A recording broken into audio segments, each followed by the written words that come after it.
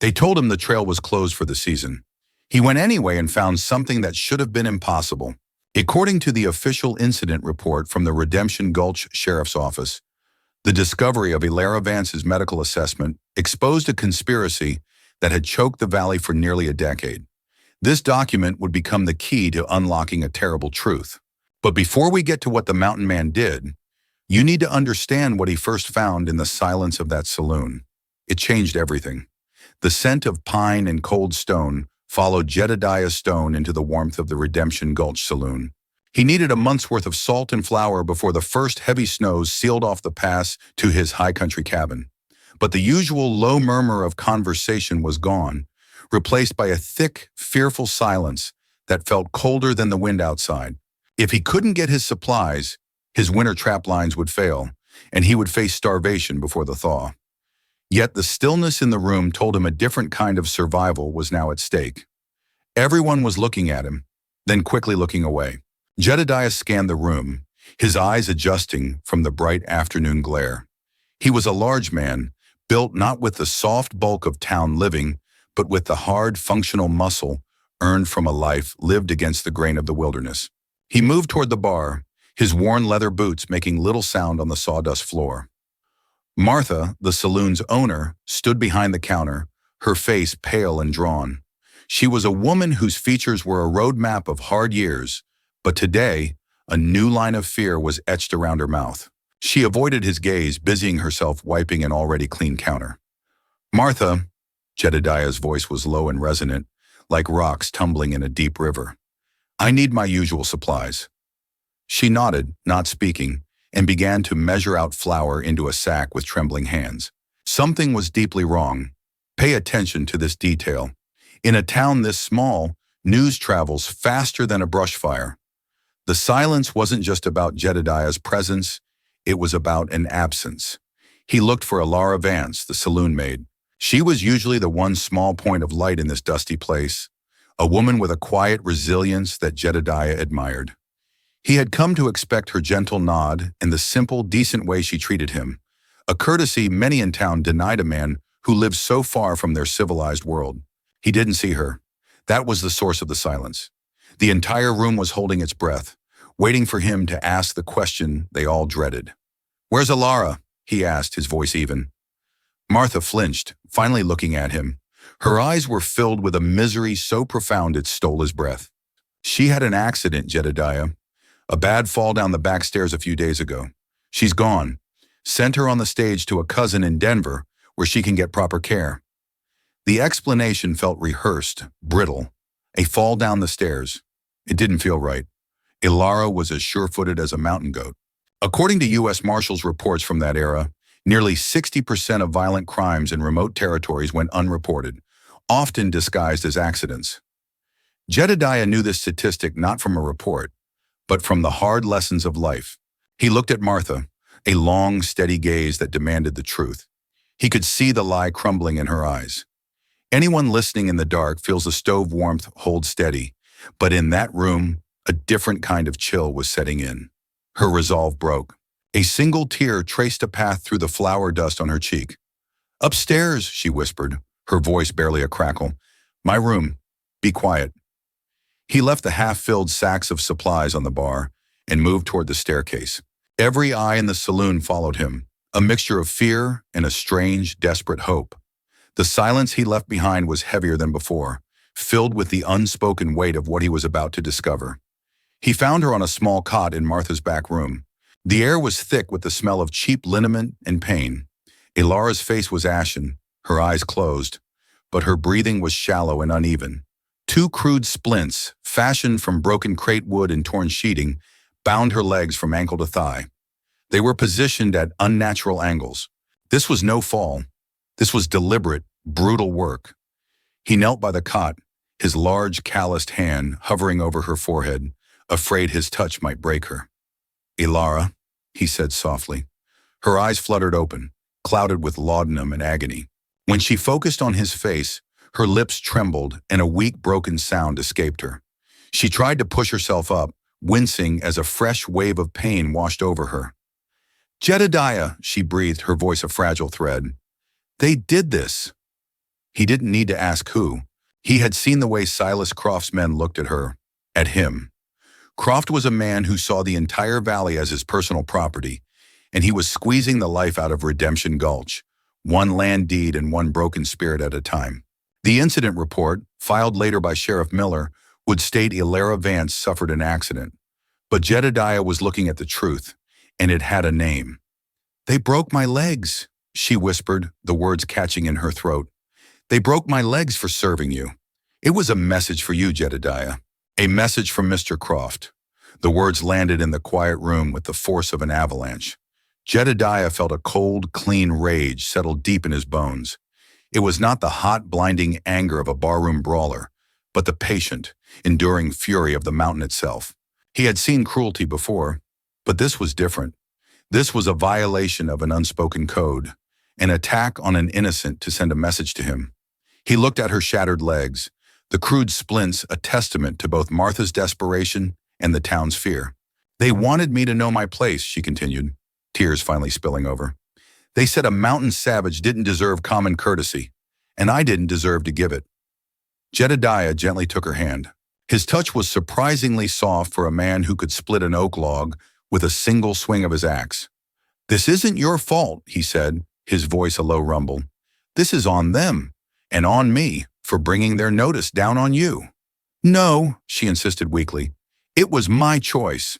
A person has a right to be decent." Her words were a spark of defiance in the face of absolute terror. He saw it then. The first truth was clear. This was not a random act of violence. It was a calculated move in a much larger game. Silas Croft wasn't just trying to intimidate a mountain man. He was trying to break the spirit of the last few people in town who hadn't bent to his will. What happened next would shock them. What they expected was for Jedediah to storm out, shotgun in hand, and meet a bloody end at the hands of Croft's dozen hired guns. That was the predictable story. But Jedediah's mind worked like a slow-moving glacier, immense and unstoppable, carving a path through solid rock. He knew violence would solve nothing. It would only get him killed and leave Elara and Martha unprotected. No, justice required something more. It required patience. It required proof. Wilderness survival expert Silas Tanner, a former Army scout, once wrote, "The deadliest predator in the mountains is not the one with the sharpest claws, but the one who best understands the terrain." Jedediah was about to apply that principle to the town of Redemption Gulch. He stayed by Elara's side for another hour, helping Martha change the dressings. He learned that the town doctor had been paid by Croft to be out of town for the week. The sheriff, a man named Miller, had declared it an accident without even seeing Elara. The entire system was rotten.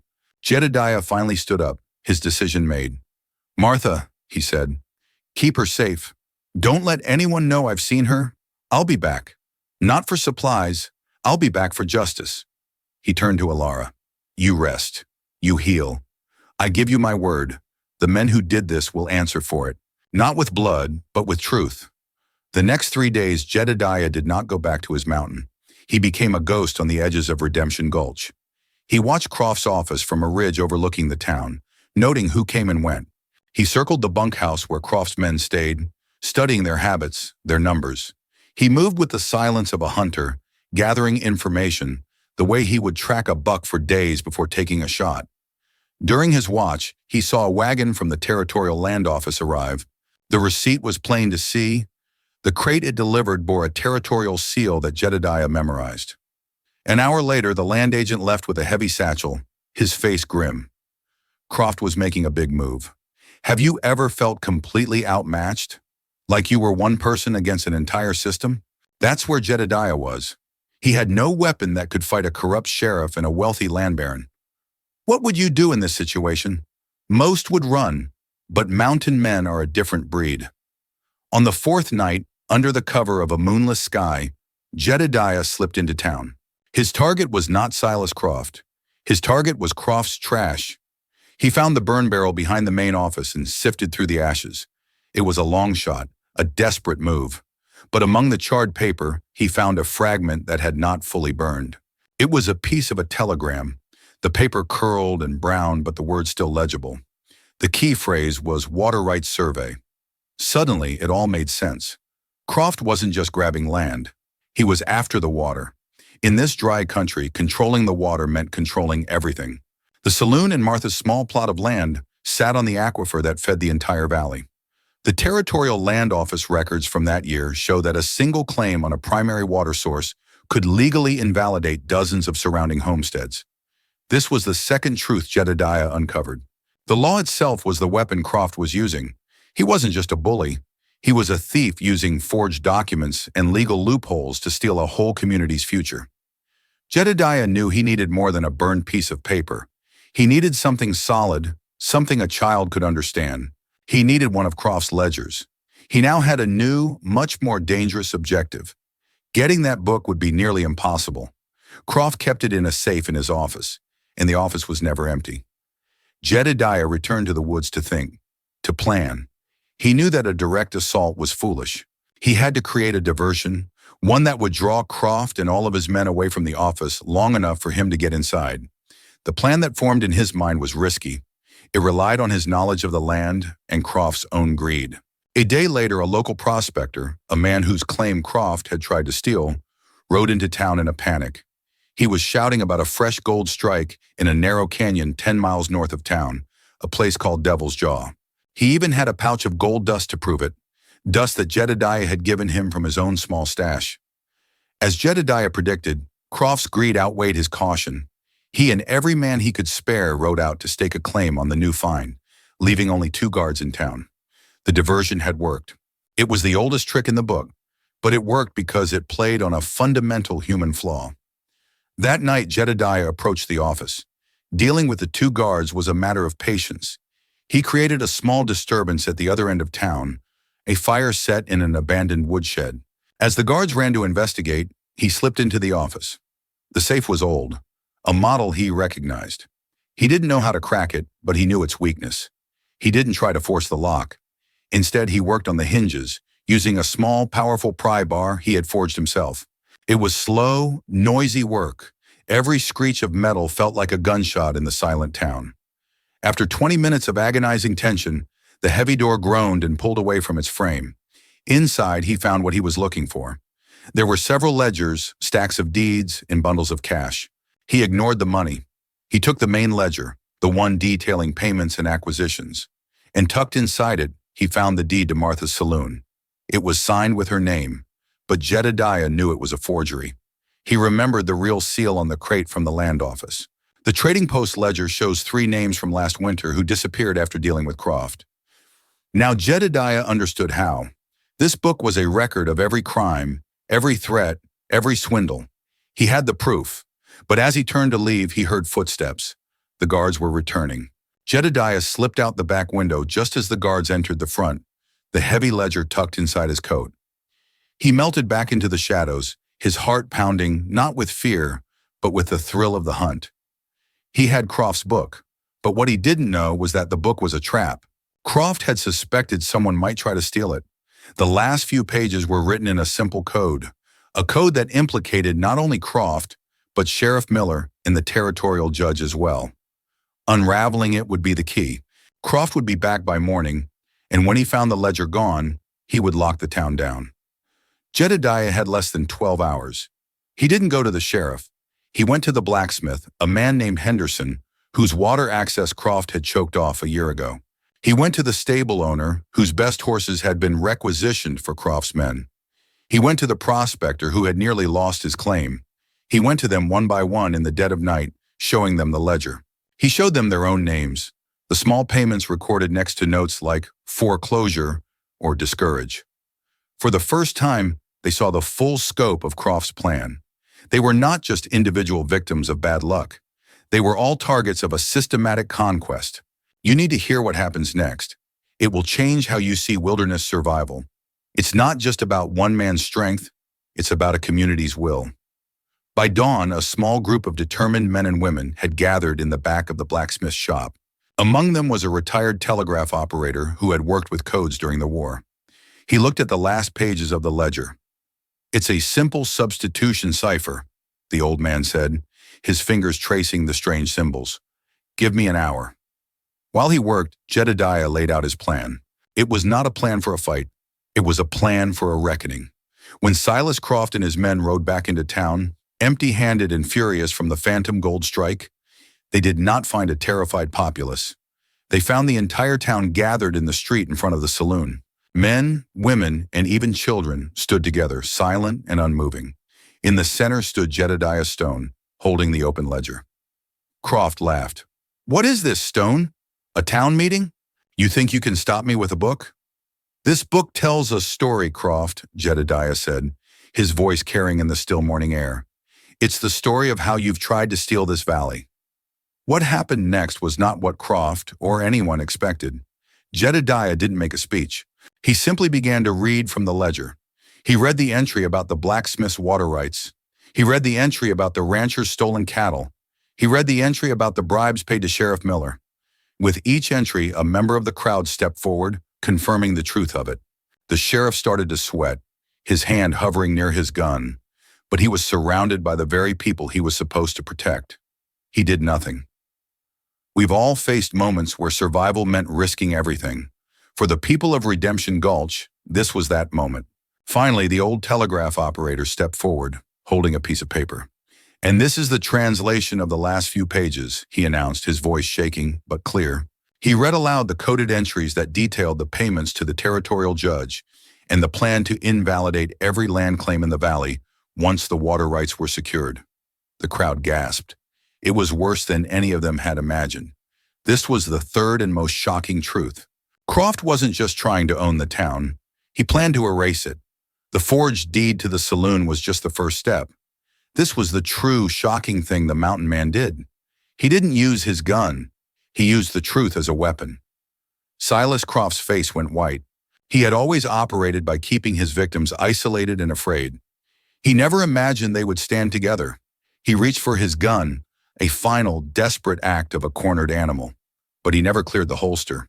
The blacksmith Henderson swung a hammer handle that knocked the gun from Croft's hand.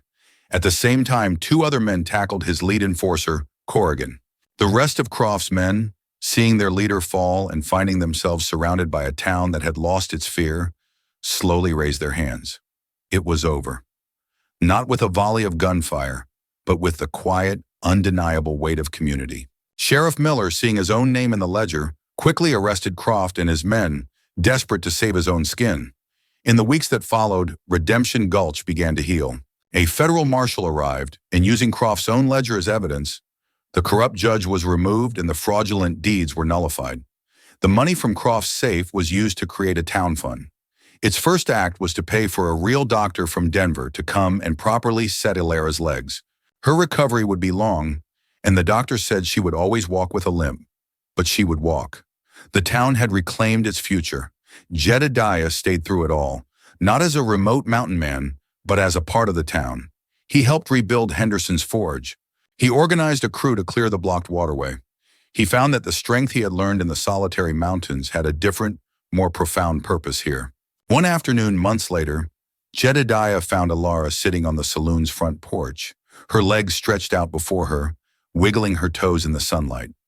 She was using a cane, but her smile was bright and clear.